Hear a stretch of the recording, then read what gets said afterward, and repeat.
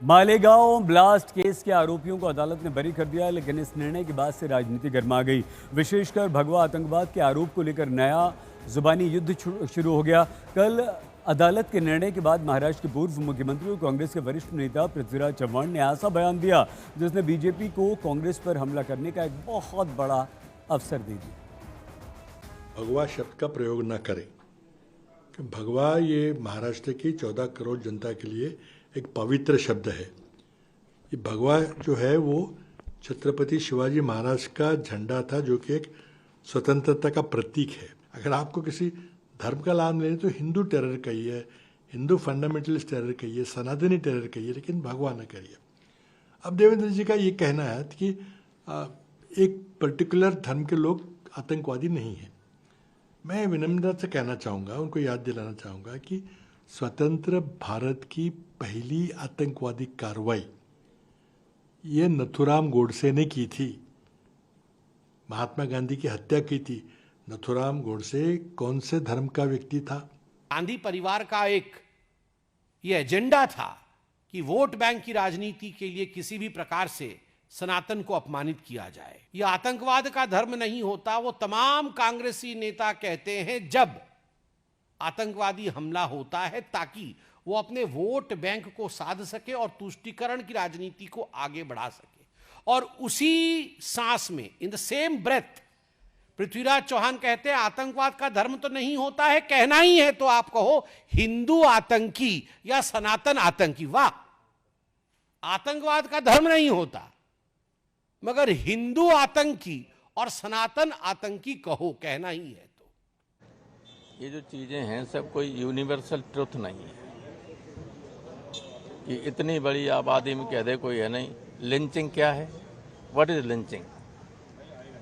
लोगों को ज़बरदस्ती मार देना, गाय लिए जा रहे हैं, ट्रक में जा रहा है, ये भी नहीं देख रहे हैं कौन है, उनकी हत्याएं कर दी जाएं, इसको आतंकवाद नहीं कह सकते। अब वो कौन लोग थे? तो इस तरह की बात तो कोई बेमानी है, कोई मतलब नहीं। सरकार ने वोट की राजनीति के लिए हिंदू टेरर और भगवा आतंकवाद ये शब्द तैयार किए थे।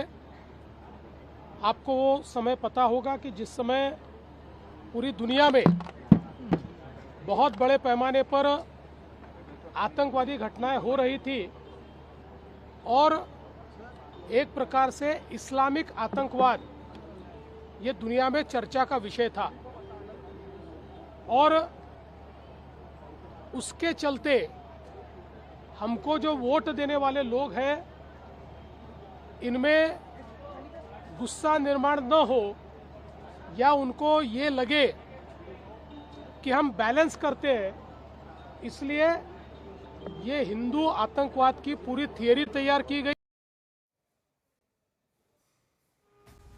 2008 के मालेगांव बॉम्ब विस्फोट के मामले में एनआईए की विशेष अदालत के निर्णय के बाद पूर्व एटीएस अधिकारी महबूब मुजावर ने बड़ा दावा किया। रिटायर्ड एटीएस पुलिस इंस्पेक्टर महबूब मुजावर ने आज तक से कहा कि मालेगांव विस्फोट के बाद तत्कालीन जांच अधिकारी परमवीर सिंह ने आरएसएस प्रमुख मोहन भागवत की गिरफ्तारी का आदेश दिया था।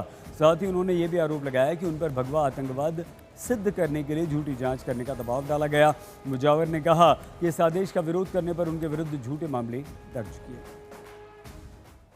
हिंदू भगवा आतंकवाद याच्याविषयी इसके बारे में जो भी कुछ गए 15-16 साल से चर्चा थी, उसको आज पूर्ण विराम मिला है।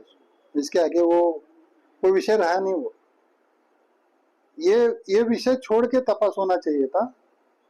भगवा आतंकवाद या हिरवा आतंकवाद, पिवळा आतंकवाद, ये क्या है, समाज के लिए अच्छी बात नहीं है ये।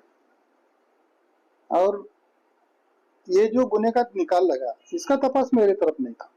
मेरे तरफ इसके संदर्भ में जो फरारी आरोपी है उनको पकड़ने के बारे में मेरे को आदेश था, और जो आदेश दिया गया था वो परमवीर सिंह और उनके ऊपर के अधिकारी ने मेरे